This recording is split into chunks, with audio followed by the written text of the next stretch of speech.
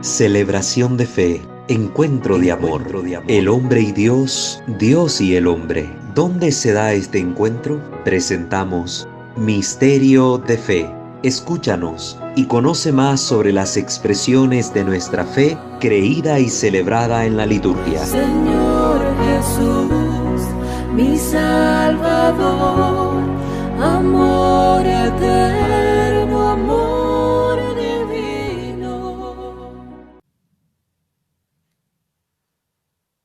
Queridos hermanos que se están conectando, sean bienvenidos a esta formación catequética en materia litúrgica. Vamos a hablar acerca de lo que es el tiempo litúrgico del Adviento.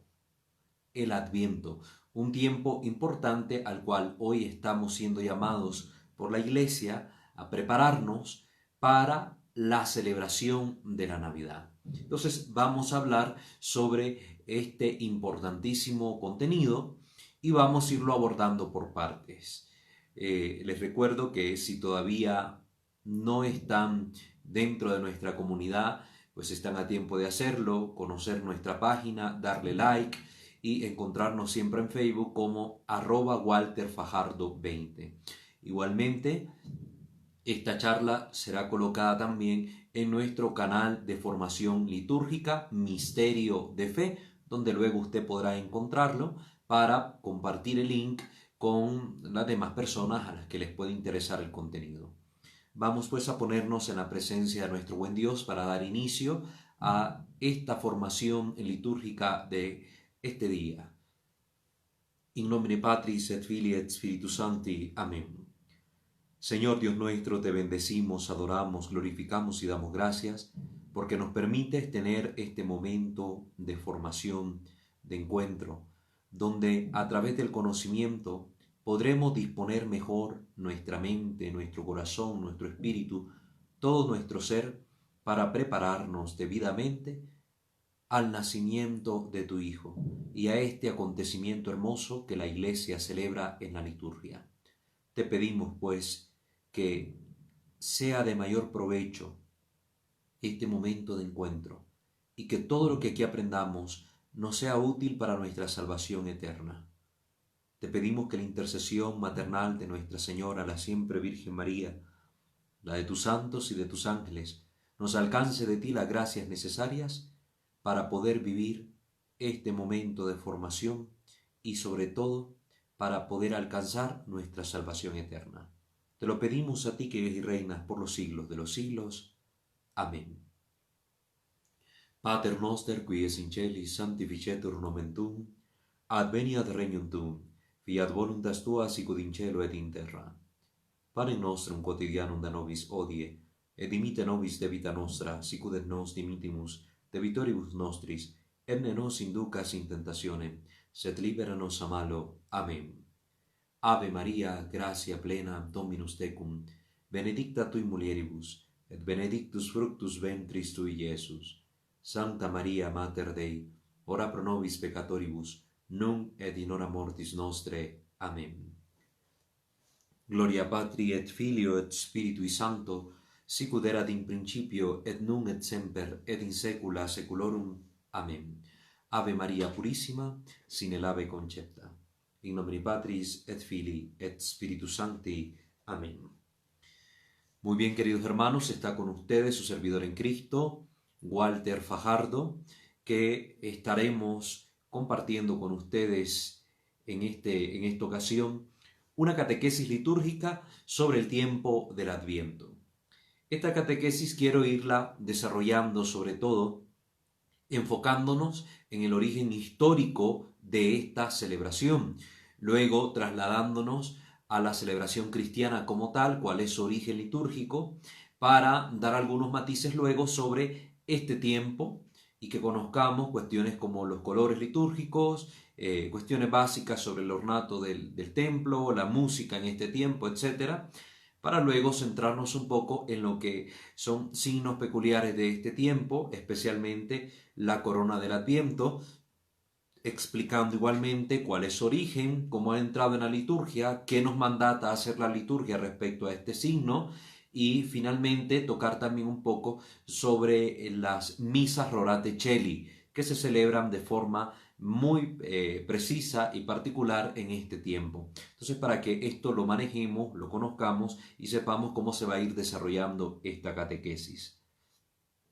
El tiempo del Adviento, entonces, ¿cuál es el origen y el significado del nombre de esta celebración? La palabra latina adventus traduce el término griego parusía, que originalmente significaba presencia, llegada, y se utilizaba con varios sentidos. En primer lugar, designaban la manifestación poderosa de un Dios a sus fieles, por medio de un milagro o de una ceremonia religiosa. Aquí estamos contextualizando este término, sobre todo con su origen histórico y, si ustedes quieren, su trasfondo pagano. En el ámbito civil, indicaban la primera visita oficial a la corte de un personaje importante, por ejemplo, un embajador de otro reino, con la ceremonia en que tomaba posesión de su cargo y los posteriores festejos. Esto es lo que significaba el Adviento en la connotación civil. El término parusía, Adviento, también se usaba para referirse a la visita solemne del emperador a una ciudad con todo lo que llevaba, reparto de regalos, banquetes, indultos, etc. Entonces, como ustedes están viendo en el ámbito civil, sobre todo a nivel de los romanos, esta festividad era muy importante, era una festividad propia que el trasfondo era la visita del emperador a un lugar determinado. Entonces, antes que el emperador llegara, se necesitaba un tiempo de preparación para que aquella localidad, aquel lugar, estuviera convenientemente adecuado para esta gran visita. Viene el emperador, pues hay que arreglar las calles, hay que limpiar las casas, hay que hacer ciertos arreglos a nivel político, etc. Y cuando llegaba el emperador, pues era una gran fiesta con todo lo que esto implicaba. Entonces, este es el trasfondo que sobre todo va a tener un poco más de influencia en las fiestas cristianas que posteriormente se van a desarrollar, sobre todo en el imperio. De hecho, en unas excavaciones arqueológicas en Corinto, aparecieron unas monedas con una inscripción que recuerda la visita de Nerón a la ciudad, denominada Adventus Augusti. Adventus Augusti. Y en el cronógrafo del 354, en un calendario de piedra, se designa la coronación de Constantino como el Adventus Divi, Como la vida religiosa y la civil estaban totalmente unidas, con la llegada del rey se celebraba la epifanía de un dios, la epifanía del monarca. Entonces, esta es toda la connotación que se le da en el ámbito civil al término Adviento, que como ustedes están oyendo, está relacionado el término también con la parusía, con la epifanía, términos que posteriormente pasarían al ámbito cristiano, al ámbito litúrgico, para designar algunas festividades correspondientes a la vida de nuestro Señor. Los santos padres de la Iglesia comprendieron que hay una relación profunda entre los deseos de salvación que caracterizaban al mundo grecorromano y el mensaje cristiano. Si los pueblos deseaban la cercanía de sus dioses sin conseguirla, en un tiempo y en un lugar concreto, se ha producido el verdadero Adviento, la verdadera parusía, la epifanía de Dios. El Hijo de Dios ha entrado en nuestra historia y ha revelado su misterio, hasta entonces inalcanzable para el hombre. En Cristo, Dios ha dado respuesta a la larga búsqueda de los filósofos y de los hombres religiosos de todos los tiempos. De alguna manera, Dios mismo sembró en ellos los deseos de encontrarlo y ahora los ha satisfecho.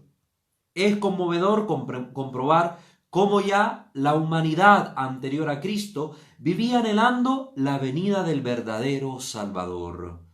Con los nombres de Adviento, de Parusía, Epifanía y otros por el estilo, ofrecía a la antigüedad pagana el cuerpo de palabras más apropiadas al milagro de la verdadera manifestación de Dios entre los cristianos.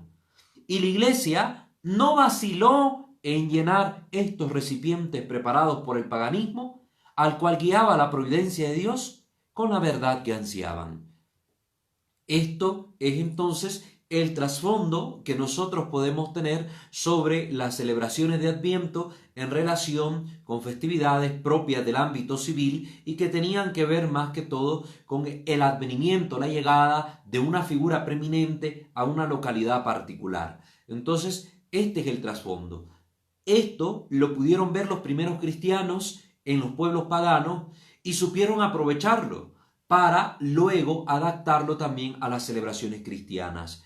Recordemos que con Cristo, con esta manifestación de Dios hecho hombre, pues precisamente viene a satisfacerse esa búsqueda de la divinidad que estaba presente en todos los pueblos. Pues bien, la Iglesia también, a través de estas distintas disposiciones litúrgicas, fue preparando a la humanidad para ser consciente de esta verdad.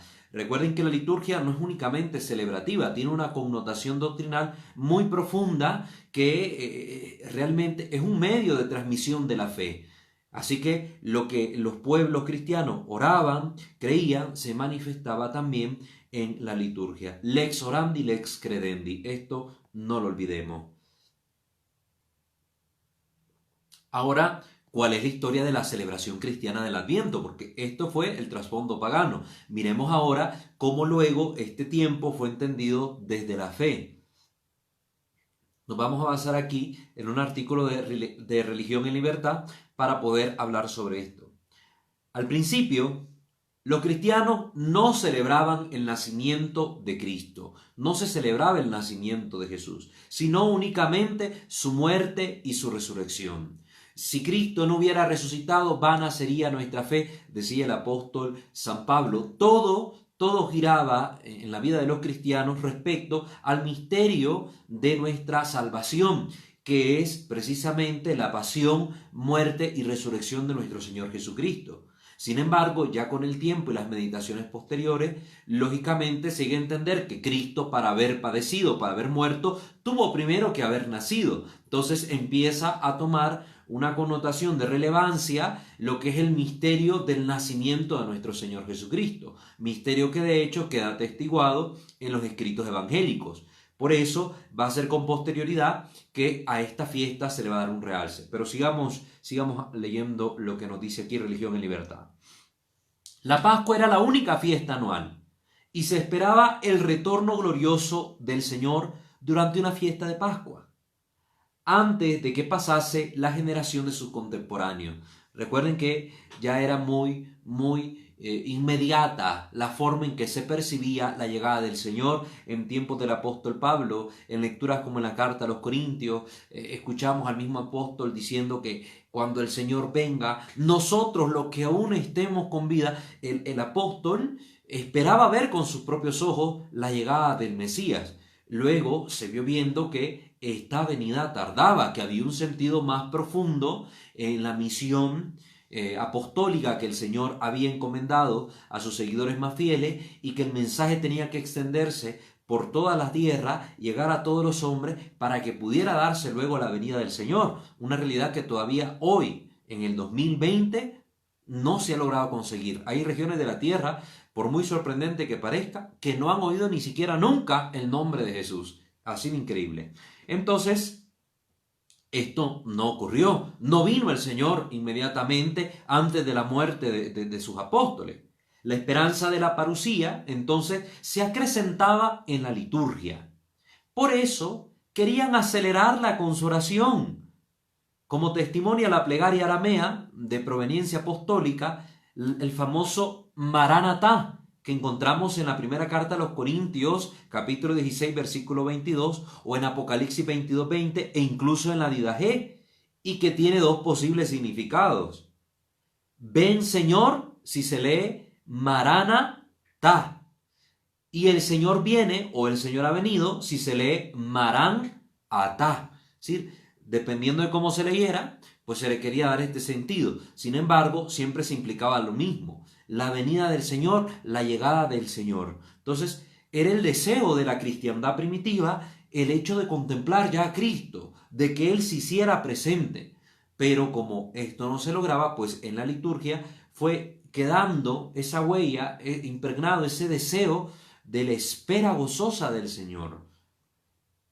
A partir del siglo IV se generalizó la celebración de la Navidad. Imagínense cuánto tiempo después. Siglo IV hablábamos de la centuria de los 300. ¿Verdad? En ese rango de tiempo, mucho tiempo después de estarse celebrando solo la Pascua, es que fue tomando relevancia la celebración de la Natividad del Señor, el misterio de la Encarnación unido precisamente al misterio de nuestra salvación. Si Cristo no se ha encarnado, Cristo no podría haber muerto. De hecho, la celebración de la Navidad sobre todo vino a fortalecer la fe de los primeros cristianos que tenían que haber enfrentado herejías tan fuertes como los famosos dochetas, que negaban la encarnación real de Cristo, la encarnación de Dios. Decían que únicamente Jesús había tomado apariencia de hombre, pero que nunca había nacido entre nosotros. Con la celebración litúrgica de la Navidad se reforzaba el hecho de la encarnación del Verbo. Realmente Dios se ha encarnado, ha tomado carne de nuestra carne y se ha hecho, como dice el apóstol Pablo, uno igual a nosotros en todo, menos en el pecado. Entonces, todo este trasfondo está ahí de la celebración de la Navidad. San Agustín, hacia el año 400, afirmaba que no es un sacramento en el mismo sentido que la Pascua, la Navidad, sino un simple recuerdo del nacimiento de Jesús, como la memoria de los santos. Por lo tanto, no se necesitaría de un tiempo previo de preparación o de uno posterior de profundización. Era lo que exponía el gran doctor de la Iglesia en su momento. Sin embargo, 50 años más tarde, en el año 450, San León Magno, Papa, afirmó que sí lo es. El único sacramento de nuestra salvación se hace presente cada vez que se celebra un aspecto del mismo. El gran sacramento de nuestra salvación, la muerte y resurrección de Cristo, pero también el nacimiento, como he venido diciendo, engloba este misterio, lo hace presente. Por lo que la Navidad es ya el inicio de nuestra redención, que culminará en la Pascua. Estas consideraciones posibilitaron su enorme desarrollo teológico y litúrgico hasta formarse un nuevo ciclo celebrativo distinto del de Pascua, aunque dependieran de él. Con esto ustedes ya van teniendo conocimiento de cómo realmente en la Iglesia se vienen gestando incluso los tiempos litúrgicos. Con esto somos conscientes de que la Iglesia, una vez que Jesús la funda, no es que la fundó ya con toda la organización y con todo el estilo de vida que hoy conocemos. No, las jerarquías en la Iglesia fueron naciendo con el tiempo, de obispos, presbíteros y diáconos. La organización litúrgica también fue naciendo con el tiempo. Primero solo se celebraba la fracción del pan, luego la conmemoración profunda de la Pascua, luego ya fueron naciendo los distintos tiempos, como estamos atestiguándolo ahorita. También la formación o la división de las iglesias en iglesias particulares, en estas divisiones de diócesis, de parroquias, también fueron surgiendo con el tiempo. Esto ha sido algo paulatino. Entonces aquí estamos viendo ese proceso de transformación, sobre todo orientado a ver el nacimiento del Adviento.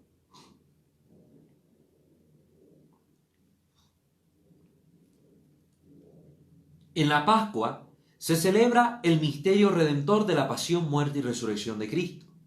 En la Navidad se celebra la encarnación del Hijo de Dios, realizadas en vista de su Pascua, ya que por nosotros los hombres y por nuestra salvación bajó del cielo y se hizo hombre, como dice el credo. Por eso es que popularmente también a la Navidad se le conoce como la Pascua de Navidad o Segunda Pascua, debido precisamente a esta intrínseca unión entre el misterio de la encarnación del Verbo que nace en Belén y el misterio de Cristo muerto y resucitado en la cruz del Gólgota y que al tercer día pues deja la tumba vacía.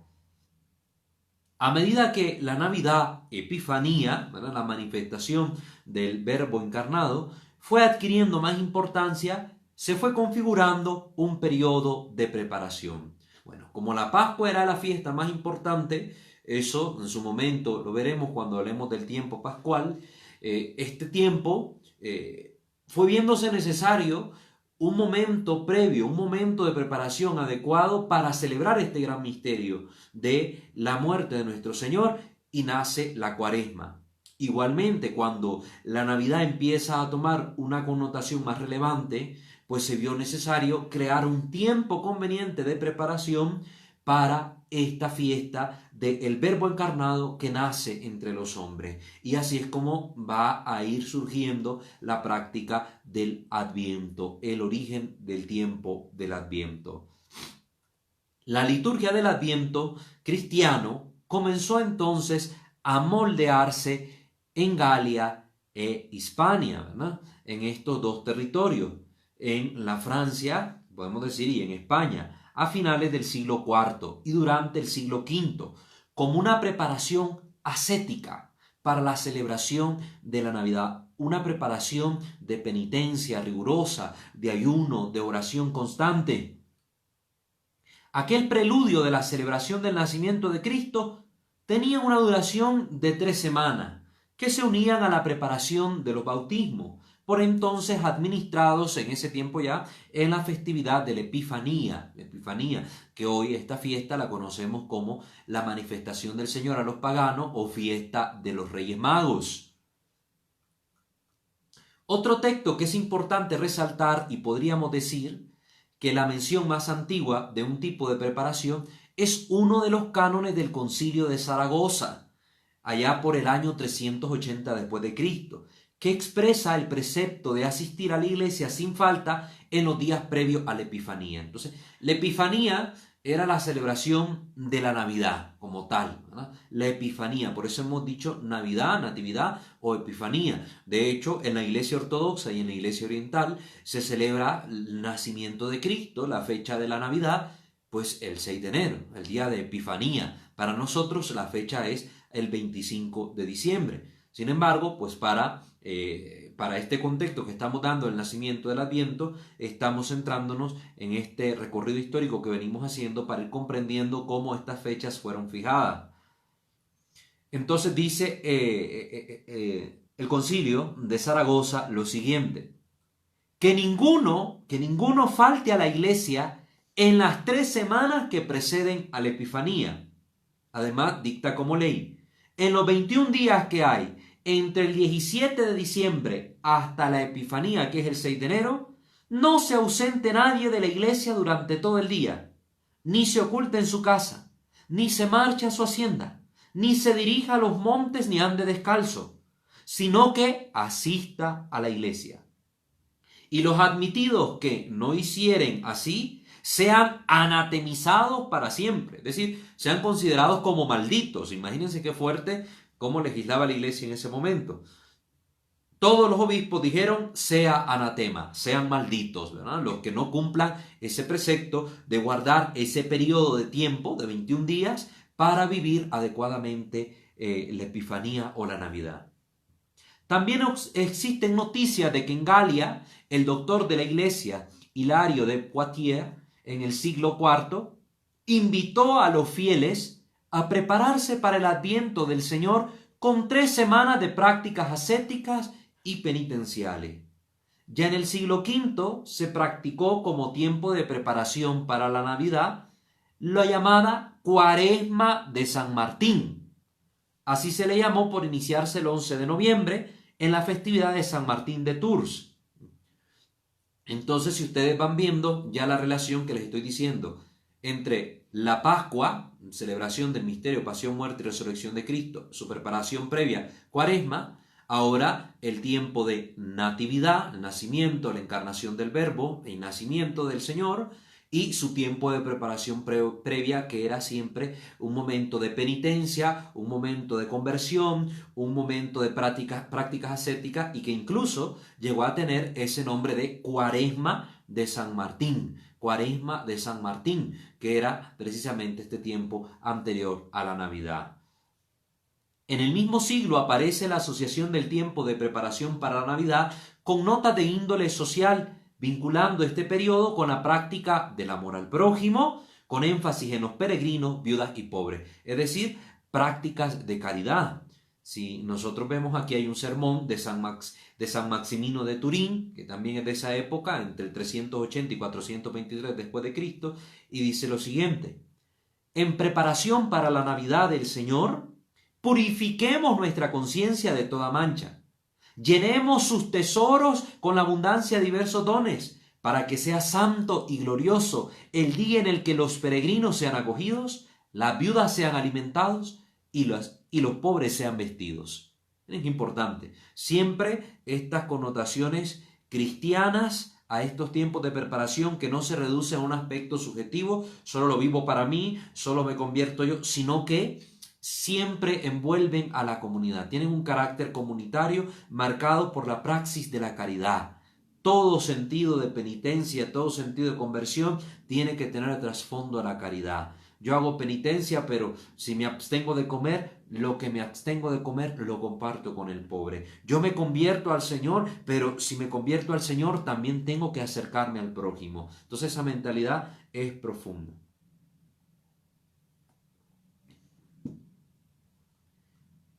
Hay evidencias de que en la liturgia de la Iglesia de Roma existía a mediados del siglo VI un tiempo preparativo similar. Pero este preludio de la Navidad carecía de elementos ascéticos tales como el ayuno y se centraba mucho más en la alegre espera de la celebración del nacimiento de Jesucristo como anticipo de la vuelta del Señor glorioso al fin de los tiempos. Y aquí con esto vamos viendo otra característica importante, sobre todo que en las distintas comunidades eclesiales o en la parte del Oriente, estas celebraciones del Adviento tenían un carácter marcadamente más penitencial, con ayunos y prácticas ascéticas.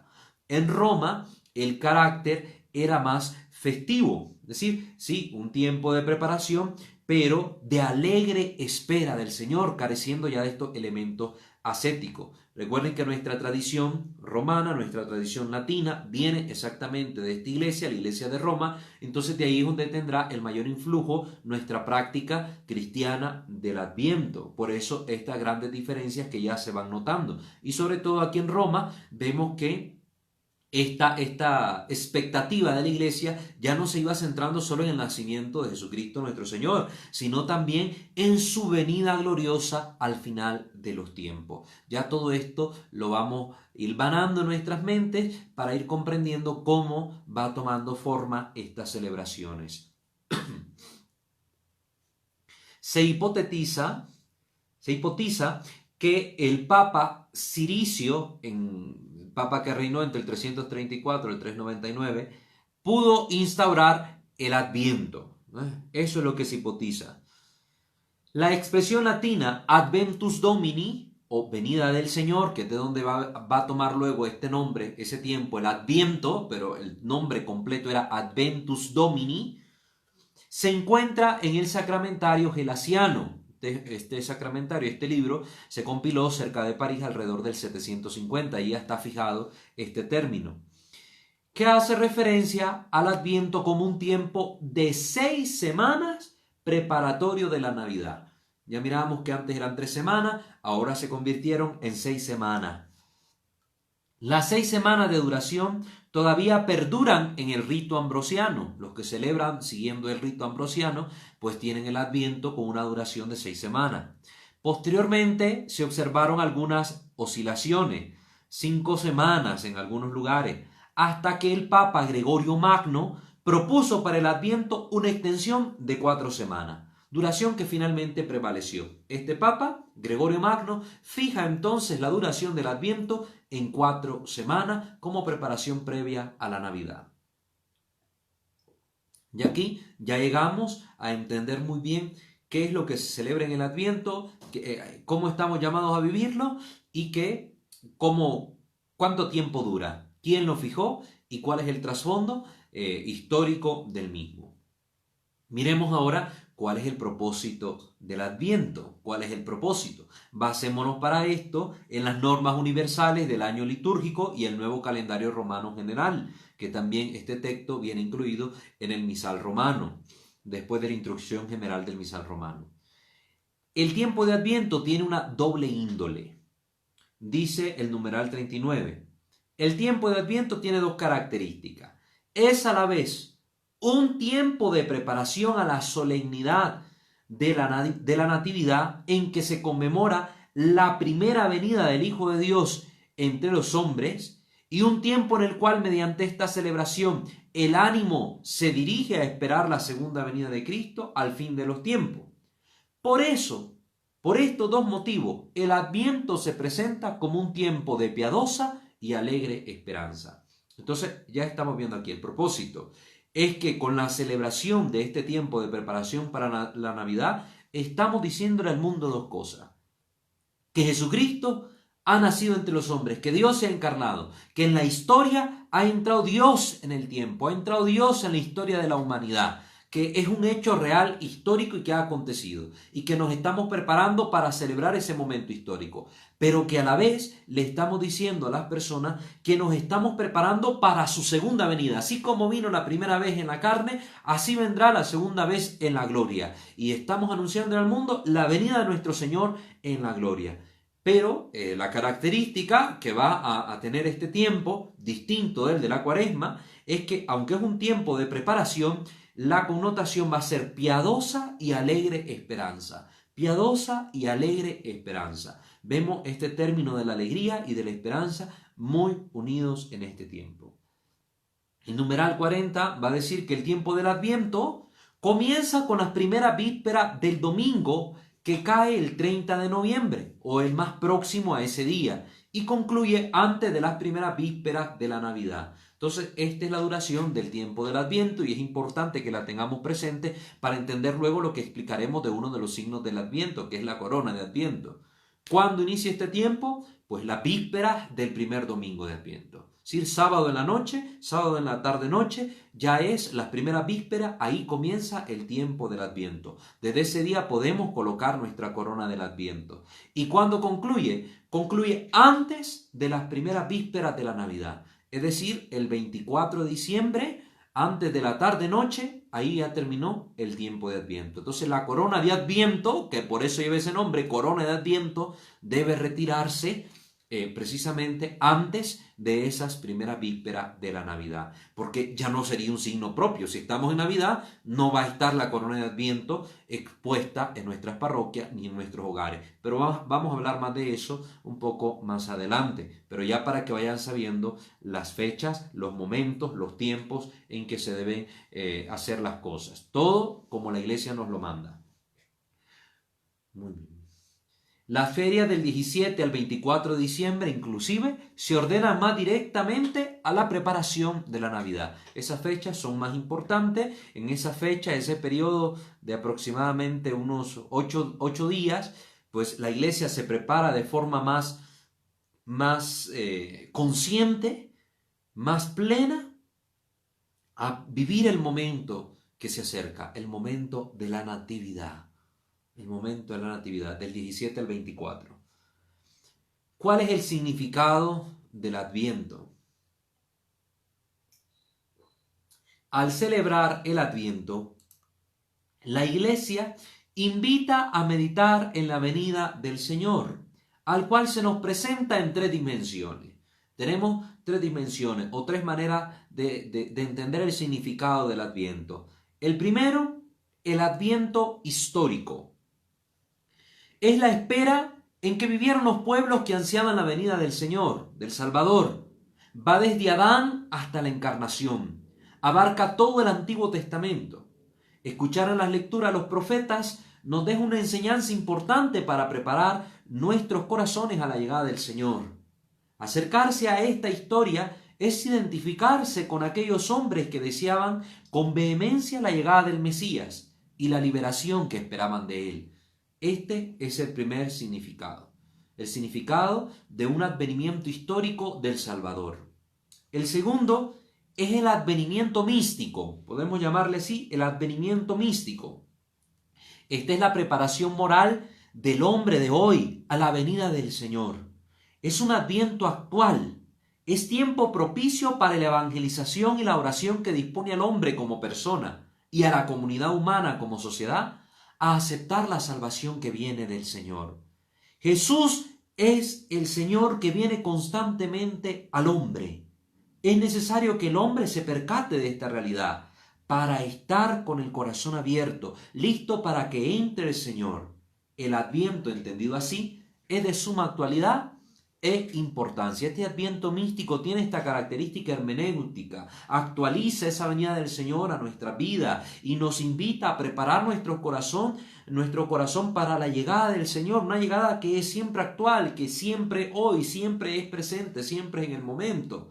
No es que el Señor nos quedamos a veces como cristianos inertes, viviendo una fe acomodada. No, tenemos que prepararnos porque Cristo viene a cada momento de nuestra vida, viene en el hoy de nuestra vida. Y si creemos en el Señor y nos abrimos a Él, dice su palabra, mi Padre y yo vendremos a Él y haremos morada en Él. Esto no se nos puede olvidar. Y el tercer significado sería el que se conoce bajo el nombre de Adviento escatológico. Adviento escatológico.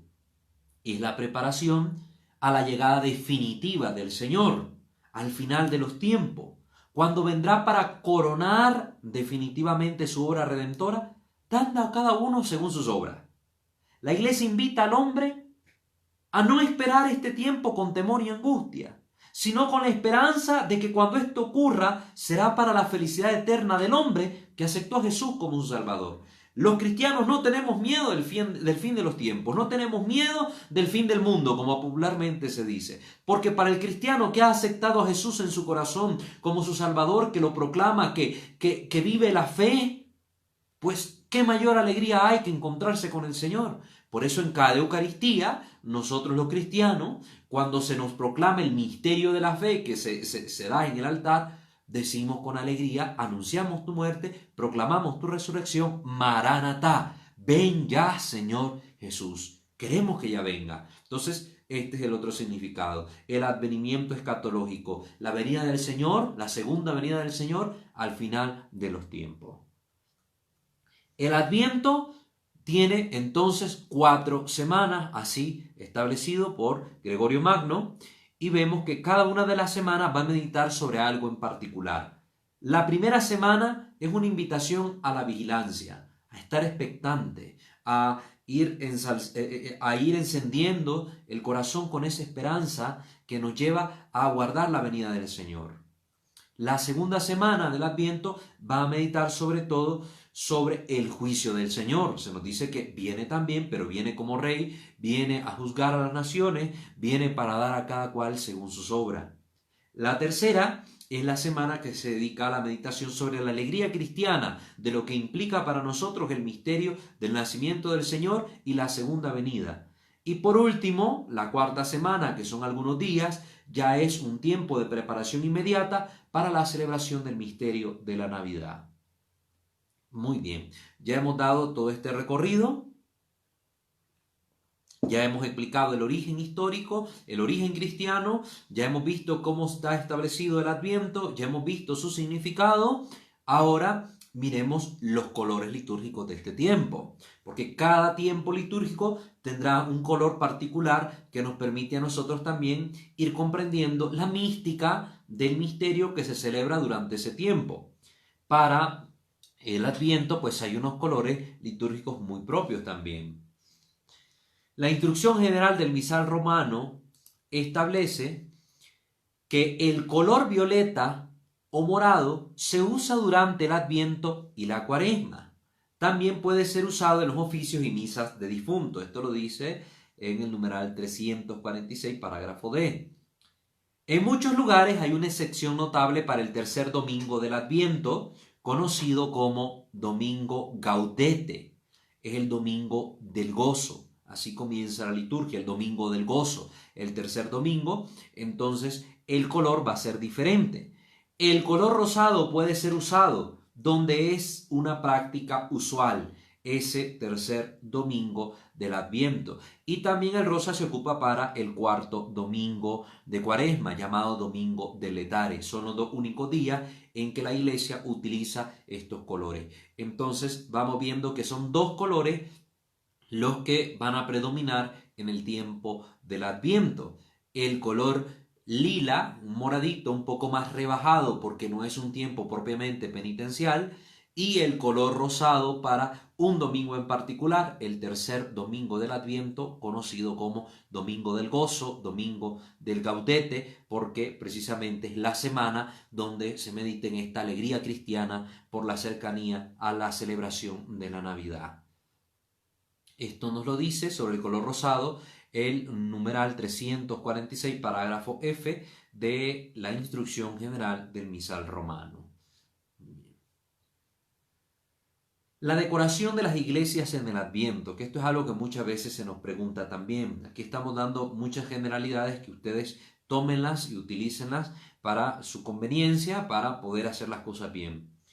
La Instrucción General del Misal Romano prescribe que durante el tiempo de Adviento el altar puede adornarse con flores, pero con tal moderación que convenga a la índole de este tiempo, pero sin que se anticipe a la alegría plena del nacimiento del Señor. Sí, si los domingos gustamos de arreglar de una forma excelente el presbiterio con muchas flores por aquí, flores por allá, los santos a esto, a lo otro, y flores muy llamativas, pues el tiempo del Adviento, aunque no prohíbe el uso de las flores, sí pide que sea con moderación para simbolizar este tiempo de preparación que celebrar esa alegría en la Navidad. Ahí sí, en la Navidad alegremos, tiremos la casa por la ventana, como dicen, con flores, con los arreglos debidos, etc. Pero en el Adviento no, en el Adviento no. Durante el tiempo de Cuaresma, incluso aquí se recalca esta norma, se prohíbe adornar el altar con flores. ¿Se fijan? En Cuaresma, prohibido las flores, en Adviento no están prohibidas, pero se llama a un uso moderado. Se exceptúan, sin embargo, el domingo de Letare, en el caso de la Cuaresma. Ahí sí se puede arreglar un poco con flores, y en las solemnidades y en la fiesta. Por ejemplo, una gran fiesta que se encierra en el tiempo del Adviento es la celebración del dogma mariano de la Inmaculada Concepción el 8 de diciembre. Entonces, una solemnidad, el color cambia, es blanco, pues igual se puede arreglar con flores en honor de la Virgen, el templo y la imagen de la Inmaculada en ese día en particular. Los arreglos florales sean siempre moderados y colóquense más bien cerca del altar más que sobre el altar. Esto lo dice la Instrucción General del Misal Romano 305. En muchos lugares se acostumbra a poner esos grandes arreglos florales encima del altar y después tapan hasta el celebrante. Eso no está bien. Los arreglos no son sobre el altar, sino cerca de él, enfrente y al lado, pero no en la mesa. Es la recomendación que da la Instrucción General del Misal Romano número 305. Otro temita, la música durante el Adviento. La Instrucción General del Misal Romano establece lo siguiente. Durante el tiempo del Adviento, el uso del órgano y otros instrumentos musicales debe estar marcado por una moderación adecuada al carácter propio de esta época del año, cuidando de evitar cualquier anticipación de plena alegría de la Natividad del Señor. El sonido del órgano y de los demás instrumentos musicales durante el tiempo de Cuaresma se permite solo para apoyar el canto. Se exceptúan, sin embargo, el domingo de Letare, el cuarto domingo de Cuaresma, las solemnidades y la fiesta. Esto lo dice la Instrucción General del Misal Romano en el 313. Entonces, ¿qué quiere decir esto?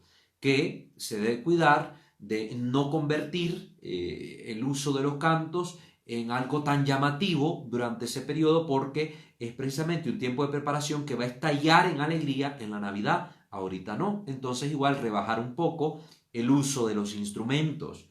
Aquí se nos habla más que todo de órganos, porque se toma en consideración como el instrumento excelente dentro de la liturgia católica.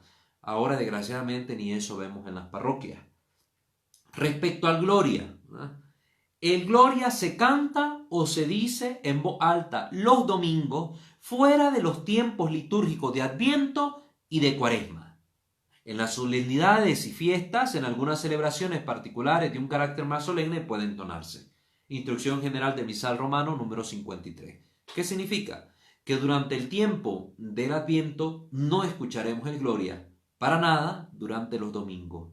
Exceptuamos la fiesta del 8 de diciembre, que como es solemnidad, entonces esta fiesta sí, como lo estamos leyendo aquí en la instrucción, sí implica el canto del Gloria. Entonces, en honor de la Virgen, pues se va a entonar el Gloria como alabanza a Dios por este gran misterio de la Inmaculada Concepción. De ahí, todos los demás días del Adviento, pues se omite el Gloria. El Aleluya se sigue entonando porque el carácter del Adviento no es plenamente penitencial, sino espera gozosa del Salvador. Y como el Aleluya es un canto de alabanza gozoso, entonces está incluido en el tiempo del Adviento. Esto para los coros, porque a veces lo omiten. Dicen, no, es que en Adviento no se canta ni Gloria ni Aleluya. ¿Quién ha dicho?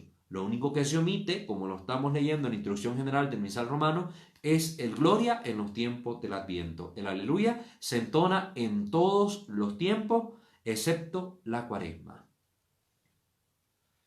Ahora, como estamos diciendo esto, para remarcar lo que el tiempo de Adviento es un tiempo de preparación gozosa, que no implica un sentido que no excluye un sentido de conversión, sino que lo implica, pero que no implica actos como tal de penitencia, como se hacía en la iglesia primitiva, ayunos y ascesis, vamos a ver si realmente es un tiempo penitencial.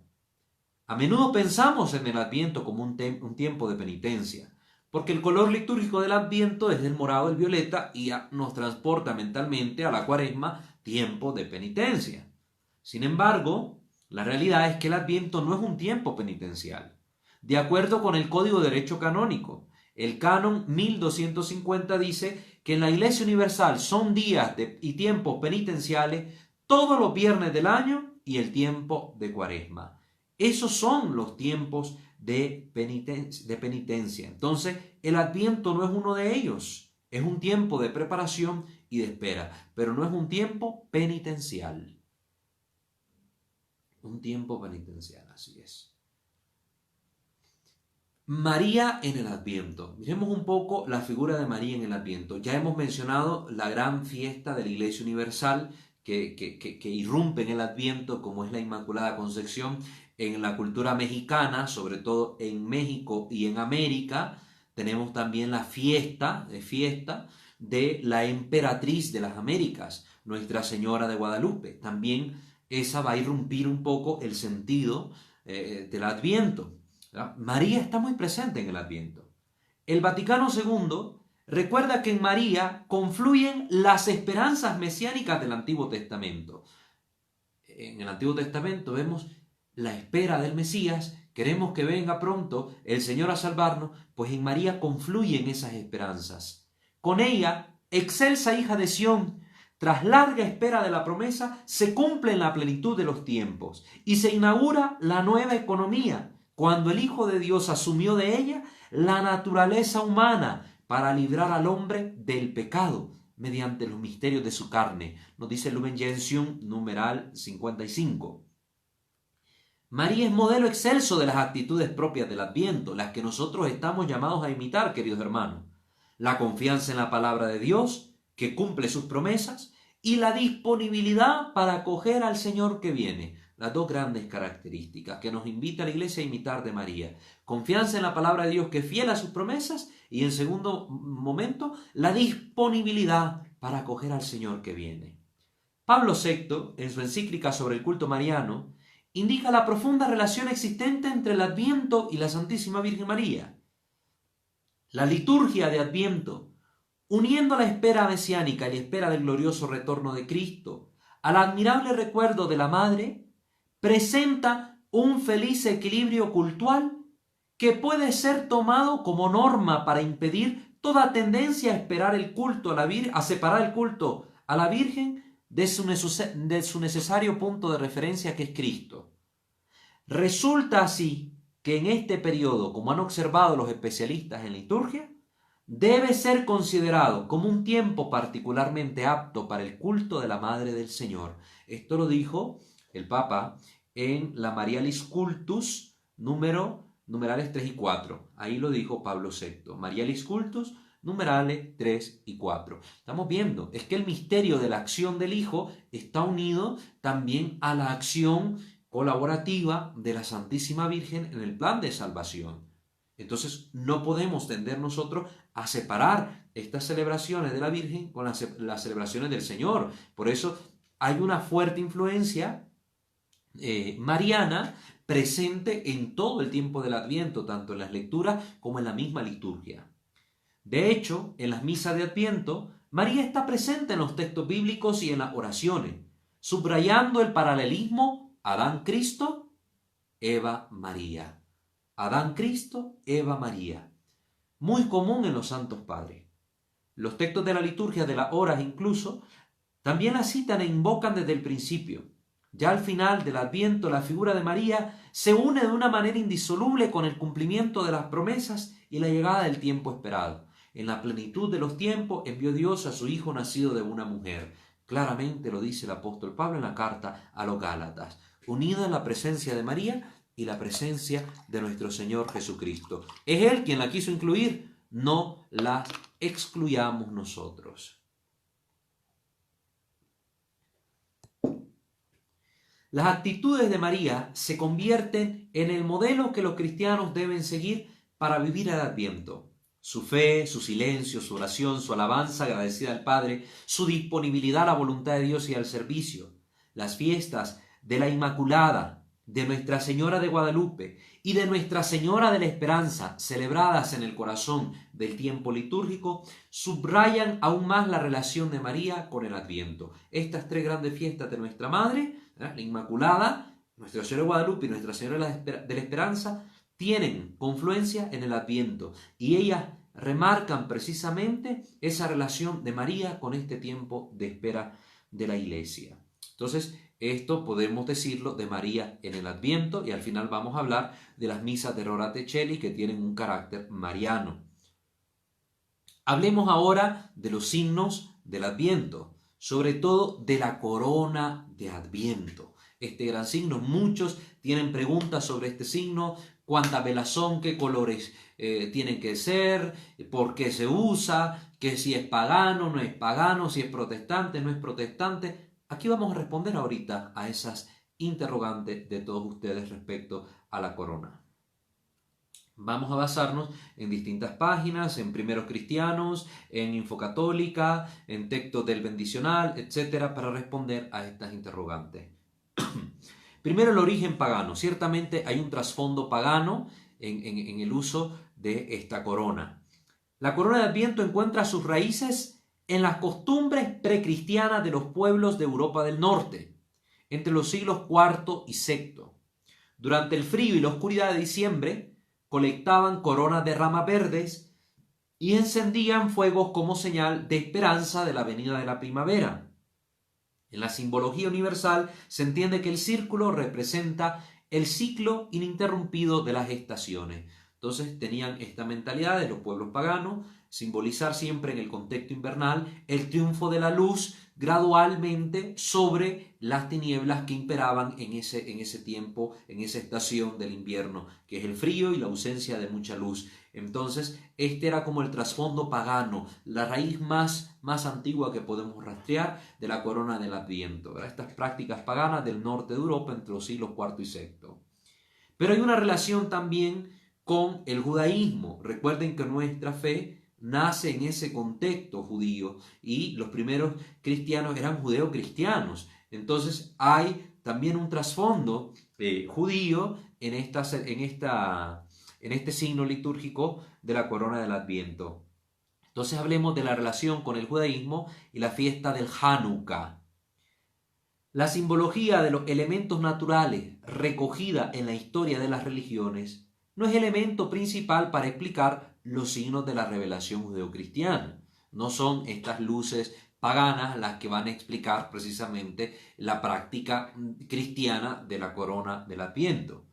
En la fe revelada, el punto central se desplaza de la naturaleza a la historia. La corona de Adviento no está sujeta solamente a la simbología de la fiesta de invierno, sino a la revelación divina, tal y como la encontramos en la fiesta rabínica del Hanukkah. Esta fiesta también conocida como Festival de las Luces, comprende 8 días, desde el 25 de Kislev hasta el 3 de Tebet, y conmemora la victoria de Judas Macabeo, este famoso hombre que encontramos en la primera y segunda de Macabeo, ahí la historia, la victoria de Judas Macabeo contra los griegos y la purificación y dedicación del templo el 25 de Kislev del año 164 a.C. El Talmud describe en la Gemara, en el tratado del Shabbat, que los macabeos, al entrar en el templo profanado, no encontraron aceite puro para encender la menorá, esta lamparita con distintos brazos que ustedes han visto por ahí en el internet. Tan solo había una alcuza, aún sellada por el sumo sacerdote, con aceite para iluminar un día, pero que milagrosamente iluminó durante 8 días, tiempo necesario para consagrar el nuevo aceite. Entonces, en un ambiente festivo semejante a la Navidad cristiana, las familias judías piadosas encienden gradualmente 8 días, una luz cada día, 8 días, las luces de la menorá, conmemorando la victoria de Dios sobre la oscuridad de la injusticia y la impiedad, y la progresión de estas luces indica que la luz eterna llenará todo de luz. Nosotros encendemos estas luces por los milagros.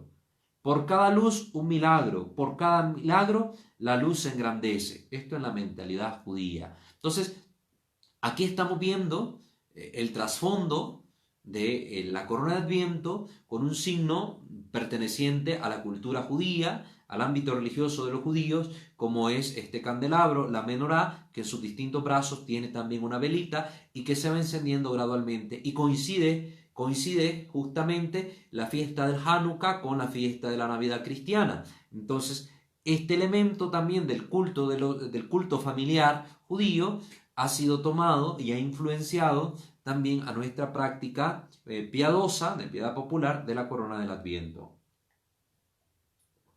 En el cristianismo, ahora aterricemos más ya al cristianismo. Las lámparas y las coronas iluminan las iglesias y altares cristianos. Desde el siglo IV tenemos noticia de la existencia de las coronas, los cántaros, los candelabros de múltiples brazos, etc., que iluminaban las basílicas y las iglesias altomedievales. De hecho, el Liber Pontificalis narra que Constantino donó a la Basílica de San Pedro una corona de 80 delfines de oro, otra de plata y más de 100 coronas para las naves de la iglesia. Estas coronas colgaban de las pérgolas de los antiguos altares. El Liber Ordinum recoge una bendición para ellas, y el descubrimiento arqueológico del tesoro visigótico de Guarramar lo confirma. Entonces ahí tenemos una práctica, también un vestigio cristiano de estas coronas de luces. Ya existían estas coronas de luces, pero eran utilizados sobre todo al estilo de candeleros que colgaban de las pérgolas de las iglesias. Otro antecedente de la corona de Adviento es el que se conoce como Paradies austriaco. Se trata de una pirámide compuesta por 3 manzanas en la parte inferior, 3 manzanas formando un triángulo, y una en la parte superior, todas ellas unidas por palillos. Entonces se formaba la pirámide con estas 3 manzanas de base y una en la cima. Se hacen estas 4 manzanas. Sobre cada una de las manzanas, símbolo del pecado de los primeros padres, se alza una vela, signo de la venida de Cristo, el triunfo de Cristo sobre el pecado. Cada domingo de Adviento se enciende una vela, dejando la superior para el 4º domingo. Si ustedes se van fijando, aquí está el trasfondo más inmediato de la corona del Adviento. Sin embargo, vamos a ir viendo que hay todavía un antecesor más inmediato. El uso de la corona es poco claro, pero se habla de que fue en la Edad Media cuando se extendió más su uso. Existe una teoría, que es la más apoyada, que sitúa su origen en los misioneros que se encontraban en Alemania en el siglo XVI. La actual forma de la corona del Adviento se debe a un educador y teólogo luterano, Johann Heinrich Wischren, que atendía un albergue de huérfanos en Hamburgo. Durante el Adviento, los niños les preguntaban con frecuencia los días que quedaban para la Navidad. Recuerden que en los ámbitos protestantes de aquel entonces nacen con todo este trasfondo católico, porque no existían más iglesias, la única iglesia de Jesucristo es la iglesia católica. Y ellos tienen todo este trasfondo cultural de los tiempos litúrgicos, de las vestiduras litúrgicas, de la liturgia en sí misma. Por eso es que las iglesias luteranas, las calvinistas, tienen también una liturgia y precisamente vienen copiando los modelos de la iglesia católica. Por eso es que estamos aquí oyendo que un luterano celebraba el Adviento. Este es el trasfondo para que lo conozcamos. Entonces, los niños les preguntaban cuántos días quedaba para Navidad. En 1839 revistió una vieja rueda de carreta con hojas pequeñas y con 19 pequeñas velas rojas y 4 velas más grandes. Las velas rojas se encendían en los días feriales, mientras las blancas se encendían los domingos. Entonces, si ya estamos viendo, es como la forma inmediata, nada más que la corona, pues tenía más velas que las que tiene ahora. Tenía por todo 23 velas. Un poema del escritor alemán Hermann Claudius comenta el encendido de las lámparas de la corona, pues según va brillando el mundo, se encuentra con la luz de la Navidad. Según va brillando la corona, el mundo se encuentra con la luz de la Navidad. En el siglo XVI, católicos y protestantes alemanes comenzaron a utilizar este símbolo durante el Adviento. Recuerden que siempre ha habido mucha relación entre estas iglesias allá en Alemania, entre la católica y la luterana, y fue fácil el influjo también de esta práctica de la corona de Adviento en los luteranos para que pasara a la iglesia católica. Y recuerden que la iglesia siempre ha tomado elementos de otras culturas, de otras épocas, y luego le ha dado un sentido católico más rectamente ordenado a nuestra doctrina, como pasó también con la corona de Adviento, que hoy no encendemos 23 velas, sino 4, y ha tenido un significado más pleno desde la doctrina de la iglesia. Miremos pues ya el origen de la corona de Adviento, ahora miremoslo como un objeto litúrgico. El encendido progresivo de las velas de la corona de Adviento es una tradición familiar antes que litúrgica, como en el Hanukkah judío, que es más familiar y que se congrega la familia para hacer esta ceremonia. Pues igual la familia cristiana se congrega para leer la lectura breve de la palabra de Dios, rezar una oración y encender una vela de la corona. De hecho, el Directorio de Piedad Popular señala en el numeral 98 que la costumbre germánica y norteamericana de la colocación de 4 cirios sobre una corona de ramas verdes se ha convertido en un símbolo del Adviento en los hogares cristianos. Es decir, este es el símbolo por excelencia que encontramos en las casas de los cristianos durante el Adviento, la corona del Adviento. Miremos pues lo que nos dice el bendicional sobre este signo. La corona de Adviento no aparece en las ediciones típicas de los libros litúrgicos, pero sí existe en la edición castellana del bendicional, el libro con el que los sacerdotes pues tienen ahí las oraciones para bendecir casas, objetos dedicados al culto, a la vida cotidiana, bendecir personas, etc. En este libro sí aparece. Resulta muy interesante en dónde se encuentra en el libro litúrgico. La corona aparece su bendición en la tercera parte, dedicada a las bendiciones de las cosas que en las iglesias se destinan al uso litúrgico o a las prácticas de devoción, dándoles una consideración litúrgica y no devocional, pues no figura en la cuarta parte, la de las bendiciones dedicadas a ciertos objetos de devoción del pueblo cristiano. Es decir, este bendicional ubica a la corona de Adviento como un objeto litúrgico, no simplemente como un objeto de devoción. El capítulo 37 está dedicado a la bendición de la corona de Adviento.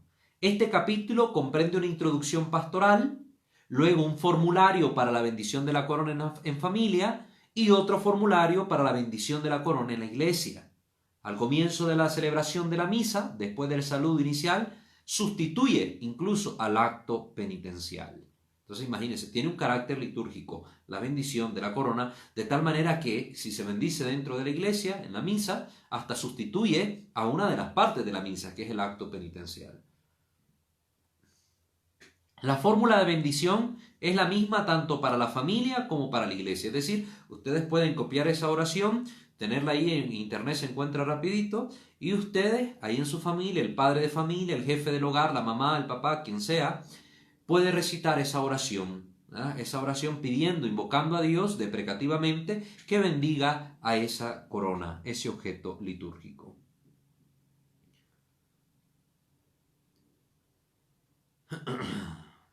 Entonces, esta bendición se da también, decíamos, en las misas y se repite cada domingo sustituyendo el rito penitencial según se desprende de la rúbrica del numeral 1242 y se enciende el cirio que corresponde según la semana de Adviento. Se trata de una novedad importante para la consideración de la corona, pues el hecho de recibir una bendición la convierte en un verdadero sacramental. Y además, al hacerlo en sustitución del acto penitencial, la convierte en un verdadero rito litúrgico, que contiene una admonición y una oración. La liturgia está formada según la cita afortunada del concilio por ritos y oraciones, según la Sacrosanctum Concilium 48, o bien textos y ritos según la Sacrosanctum Concilium número 21. Por lo que podemos declarar que el bendicional castellano, aprobado por la Santa Sede, eleva a la corona de Adviento al rango de rito y objeto litúrgico. En las observaciones previas de los números 1235 al 1237 del bendicional, se expone el significado de la corona del Adviento. La corona es un signo que expresa la alegría del tiempo de preparación para Navidad. Es un signo que expresa alegría. En segundo lugar, la bendición subraya el significado religioso del signo, que no es un objeto de adorno nada más, tiene un significado religioso. En tercer lugar, la luz indica el camino, aleja el miedo y favorece la comunión. Es símbolo de Jesucristo, luz del mundo. El encender semana tras semana los 4 cirios de la corona muestra la ascensión gradual hacia la plenitud de la luz navideña. Recuerden, 4 cirios, esto está incluido en esas anotaciones, esas observaciones previas que nos da el bendicional. No son 5 cirios. Hay iglesias, ya vamos a hablar de eso también, que tienen la mala costumbre de poner un cirio blanco en el centro de la corona. No, el bendicional de nuestro rito y nuestra tradición nos habla que son 4 cirios nada más. Así que lo demás no lo estemos inventando. El color verde de la corona significa la vida y la esperanza. Representa también el amor de Dios, que es perenne, que no muere, como las ramas verdes del pino se mantienen siempre perennes independientemente de la llegada del invierno. El amor de Dios es así, perenne para todos nosotros. La corona del Adviento es pues un símbolo de la esperanza de que la luz y la vida triunfarán sobre las tinieblas y la muerte. Porque el Hijo de Dios se ha hecho hombre por nosotros y con su muerte nos ha dado la verdadera vida.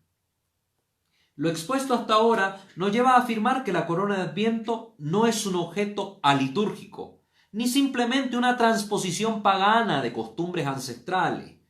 Los simbolismos naturales no son ni paganos ni cristianos, son simplemente religiosos, pero se hacen patentemente cristianos cuando la palabra de Dios y la oración los iluminan y los explican. La liturgia actual ha hecho un bello proceso de inculturación para asumir en las iglesias y en las celebraciones las coronas de las luces del Adviento como el objeto que define de manera plástica el sentido de este tiempo. Además, posee una gran fuerza evangelizadora en el seno de la familia, que se reúne, como el Belén navideño o el árbol de Navidad, en oración en torno al encendido de la llama. Entonces, con esto disipamos la duda. No es un objeto pagano, no es un objeto protestante, es un objeto que la Iglesia ha cristianizado. Le ha dado su forma actual, le ha dado una oración para bendecirlo y que por tanto incluso la corona de Adviento es un sacramental, bendecido por la Iglesia. Entonces no tenemos que tener este falso temor infundado de poner la corona de Adviento en nuestros hogares porque es protestante o porque es pagano. No. Lo mismo pasó con el arbolito de Navidad. Lo mismo pasó y ustedes pueden saber la historia del árbol de Navidad, que que tenemos en nuestro canal, Creo Señor, yo creo, en la sección dedicada a hablar sobre el tema de la Navidad, ahí tenemos un video donde hablamos sobre el arbolito de Navidad. Les vamos a dejar el link de la descripción, en la descripción del video en YouTube, entonces para que ustedes puedan también verlo más adelante. Ahora miremos la corona de Adviento en la piedad popular y en las tradiciones orientales. El Directorio de Piedad Popular añade un significado nuevo. La corona de Adviento es memoria de las diversas etapas de la historia de la salvación antes de Cristo. El Directorio recoge una de las tradiciones que explican el significado. Y vamos a ver cuál es ese significado, de qué etapas estamos hablando. Cada vela representa una de estas etapas de la salvación cristiana. La primera luz simbolizaría el perdón otorgado a Adán y Eva. Es la época de nuestros primeros padres.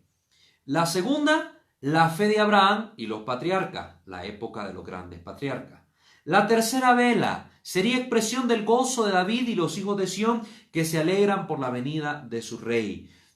Es el tiempo precisamente de la monarquía en Israel, el tiempo de los jueces y los monarcas.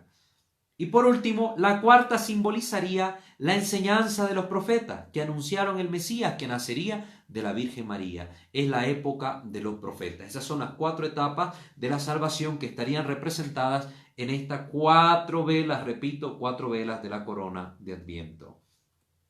En otras tradiciones, sin embargo, a la primera candela representa la penitencia y se la llama la vela del profeta. Esto sobre todo en las iglesias orientales, para que ustedes vayan oyendo este hermoso significado también. La vela del profeta. La segunda, llamada vela de Belén, por la profecía de Miqueas 5.2, que puede ser la confrontación luego del texto con Mateo 2.6. Y tú, Belén de Éfrata, pequeña para estar entre las familias de Judá. Ahí ustedes recordarán el texto. Representa la humildad.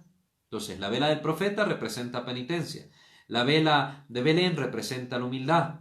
La tercera significa gozo y es llamada la vela de los pastores, que recuerda que ha pasado ya más de la mitad del tiempo del Adviento. Es por eso la vela del gozo.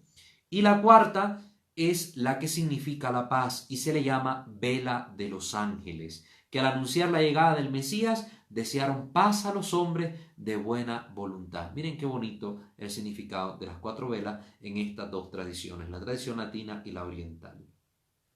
En cuanto al color, que es otra pregunta que hacen por ahí. ¿Qué color tienen que tener estas velas? También varía según las tradiciones, ¿no? En algunos lugares de tradición católica, las velas adoptan el color litúrgico. De este modo, el significado de las velas se enlaza con el color del tiempo. Las 3 velas del color morado hacen más referencia a la conversión y a la preparación, y la vela rosa al gozo y a la espera, pues se ha alcanzado la mitad del Adviento. Entonces, esta es la forma en que en la Iglesia Latina sobre todo se utilizan los colores en las velas del Adviento. 3 moradas y una rosada que se destina para el tercer domingo del Adviento o domingo de Gaudete. También se utiliza el color azul añil. Yo ya he visto las coronas con este tono, el azul añil, sobre todo en las iglesias de tradición anglicana e iglesias evangélicas, que quieren reservar el morado solo para la Cuaresma. En otras tradiciones también van a ser las 4 velas de color rojo, por el amor de Dios, ¿verdad? Entonces vemos sobre todo en Italia bastante las velas son utilizadas en la corona de color rojo. Y en otras tradiciones que no son nuestras, latinas, se pone una vela en el centro, una vela blanca, y es la vela de la Navidad, que es la luz de Cristo. En nuestras tradiciones no existe esta vela porque el signo de la corona se sustituye en la Navidad por el pesebre. Cristo, que es la luz, nace y está representado en el niño Jesús. Entonces, por eso es que nuestras coronas de Adviento, como católicos, en nuestra tradición donde tenemos estas coronas, no ponemos esta quinta vela, porque nosotros tenemos el pesebre. En las tradiciones protestantes no tienen las imágenes, no tienen el pesebre, entonces ellos sustituyen esto poniendo una vela representando que llegó la Navidad, la vela blanca. Entonces este sentido es más protestante que católico. Entonces nosotros no ponemos esta quinta vela en la corona, para que vayan viendo por dónde van las cosas y aprendamos a hacerla bien dentro de la iglesia. Los colores de las velas del Adviento no dejan de ser una adaptación de uso litúrgico, por lo que varían. De hecho, hay lugares donde se le da un color diferente. A la primera morada por el inicio del Adviento, la segunda le dan un color verde, la tercera le dan un color azul y color rosado y la última un color azul. Entonces, la primera por el Adviento, la segunda por el profeta Juan el Bautista, la tercera pues el Gaudete, el rosado, y la cuarta por la Virgen María en azul, lugares así. Otros donde van mostrando la gradualidad, la conversión del tiempo de Adviento en el tiempo de Navidad. Entonces ponen la primera vela morada, la segunda vela roja, la tercera vela rosada y la cuarta en blanco, porque ya van simbolizando que hemos llegado al tiempo de la Navidad. Esa es otra forma. O si no, podían dejarse las velas del color natural de la cera. Tenemos las velas en su color natural, el color de la cera, o las 4 velas en color blanco, ¿verdad? Pero nosotros en nuestra tradición latina sobre todo acostumbramos a adaptarnos al color del tiempo. Morado, entonces 3 moradas, 1 rosada.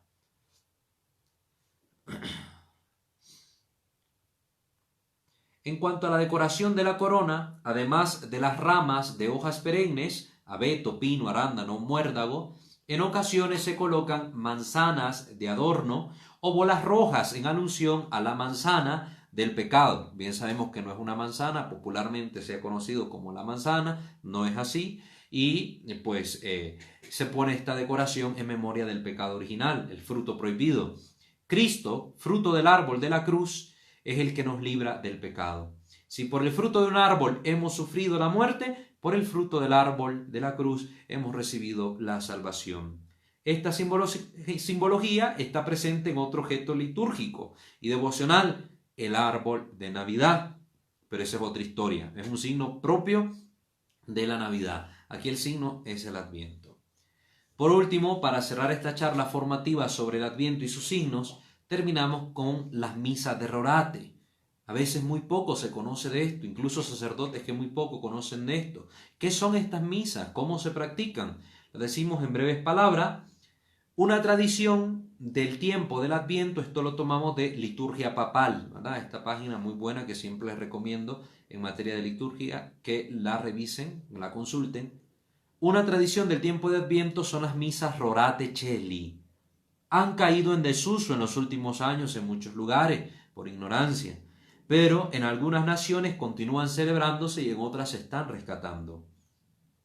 En la audiencia del 14 de diciembre del 2016, el Papa Francisco se refirió a esas misas al señalar: el tiempo del Adviento es la ocasión particular para profundizar nuestra fe, para abrir nuestros corazones a las necesidades de los otros y para vivir mejor nuestra vocación cristiana. Para cumplir estos compromisos, los ayuda en la oración cotidiana, la contemplación de la palabra de Dios y la participación en la misa matutina de Rorate y los ejercicios espirituales del Adviento. Menciona el Papa también como importante de vivir en este tiempo. Se trata de celebrar la misa común de Santa María propia del Adviento, que viene incluida en el misal romano. Ahí están la eucología para las misas de la Virgen propias de este tiempo del Adviento. Y se inician con la antífona de entrada tomada de Isaías 45:8, que al principio dice en latín Rorate Caeli, es decir, gotead cielos, ¿no? Gotead cielos, eso es lo que significa Rorate Caeli. La particularidad, miren qué hermoso, de estas misas es que son celebradas al amanecer, con la luz del alba, cuando va a amanecer, porque el Adviento espiritualmente es la espera de la luz que se hizo hombre y nació en Belén para disipar las tinieblas. Por eso se celebran a la espera del alba, con esa lucecita ya cuando va a amanecer. Antes se está celebrando la misa Rorate. Se celebran a esa hora y con todo el templo a oscura, no se enciende la luz eléctrica. Únicamente se ilumina con los candelabros del altar y del presbiterio y por las candelas que llevan los fieles en las manos. Eso es lo bonito, esa es la mística de esa misa. Solo las velas del altar y los fieles con sus velitas en manos viven toda esa misa a la espera de la luz del sol, el sol que nace de lo alto para iluminar a los que viven en tinieblas. Los fieles portan las velas, no solo para iluminar el lugar, sino como símbolo de que la unión de muchas luces individuales repele la oscuridad y las tinieblas. La luz que recibieron en su bautismo no la esconden, como dice Jesús en el Evangelio de San Mateo, sino que sirve para iluminar, la ponen en alto. Al final de la misa se empieza a ver el sol que ya sube, amanece un nuevo día, en símbolo que al final del Adviento recordaremos el nacimiento del sol que nace de lo alto, como llamó Zacarías a Jesús. Respecto a estas misas, el entonces cardenal Ratzinger, en sus memorias, recordaba que en el tiempo de Adviento, por la mañana temprano, se celebraba con gran solemnidad las misas de Rorate en la iglesia aún a oscuras, solo iluminada por la luz de las velas. La espera gozosa de la Navidad daba a aquellos días melancólicos un sello muy especial. Se pueden celebrar las misas de Rorate en la forma ordinaria, ¿verdad? En el Novus Ordo, porque estas sobre todo en el Vetus Ordo se celebraban de forma esplendorosa, maravillosa, pero ¿se puede en el Novus Ordo? Sí, desde luego. No hay ninguna norma que prohíba celebrar las misas al amanecer o sin encender las luces. Tampoco hay una norma que proscriba a los fieles sostener velas durante la Eucaristía. Entonces sí se pueden celebrar perfectamente. Muy bien. Entonces se harían con las fórmulas del común de Santa María, Virgen, propia del Adviento, según la instrucción general del Misal Romano, numeral 376, y se utilizarían vestiduras litúrgicas blancas o moradas, según esta instrucción en el numeral 347. Entonces esa sería la forma de celebrar estas misas. Muy bien, hermanos, entonces con esto cerramos esta catequesis, la catequesis sobre el tiempo del Adviento. Ya conocimos el origen de esta celebración litúrgica, de este tiempo de preparación, su origen pagano, luego su adaptación cristiana, su desenvolvimiento histórico en la cristiandad hasta su fijación por el Papa Gregorio Magno. Ya vemos que consta de 4 semanas, vemos que su color propio es el violeta y el rosado. Vemos que cómo debe estar arreglado el templo, la música que se debe utilizar. Hemos visto también el signo de la corona del Adviento, su origen más remoto en el paganismo, su relación con el judaísmo, su antecedente protestante y su significado católico y su bendición como tal. Ya hemos visto también cuál es el sentido de esta corona, su significado y cómo deben encenderse esta vela, cuál es el color de esta vela y al final pues estas misas de Rorate para que sepamos todo lo que se puede hacer en el Adviento. Miren qué maravilloso. Si no vivimos estos tiempos con conciencia o no lo disfrutamos tal cual es porque no queremos. La Iglesia nos brinda todos los medios para que este tiempo esté cargado de sentido, cargado de significado y que se convierta realmente en un tiempo expectante de el nacimiento de nuestro Señor y su segunda venida en la gloria. Entonces, que el Señor me los bendiga a todos. Les recuerdo, estuvo con ustedes su hermano en Cristo, Walter Fajardo. Denle like a nuestra página en Facebook, @WalterFajardo20, y también suscríbanse a nuestro canal litúrgico en YouTube, Misterio de Fe, para que ustedes puedan seguirse nutriendo de estas catequesis. Que el Señor me los bendiga a todos.